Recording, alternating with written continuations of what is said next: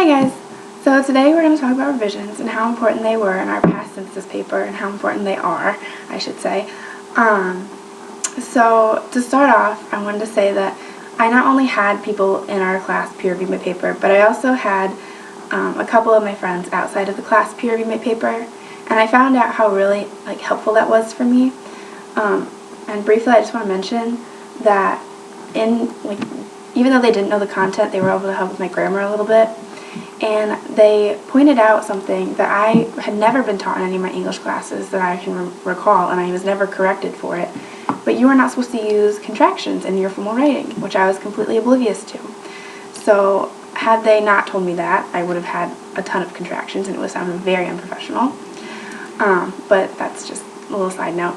I also want to talk about the use of quotes. I directly quoted multiple times in my paper because every teacher up until now has told me to use direct quotes and to cite them and have a works cited page. So I did that for this, and come to find out on my peer review, or not on my peer review, on my actual grade sheet, that we were encouraged not to do that. And I was completely unaware because I just assumed that every teacher wanted that, and they wanted me to cite my sources, and they wanted me to pick out direct quotes from the author to support my ideas. So I thought that was very interesting, and I'm not sure how I feel about that.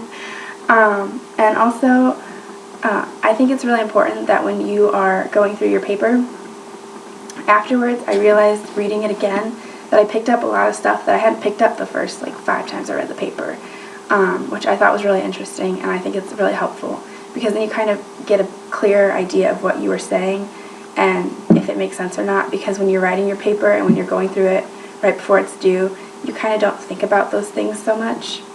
So I just encourage everyone to go back, and even if you don't have to revise them, just go back and reread it and kind of get a better idea and see if everything is as clear as it was when you're writing it, because I noticed that a lot of my points were not. So that's my vlog today. Bye!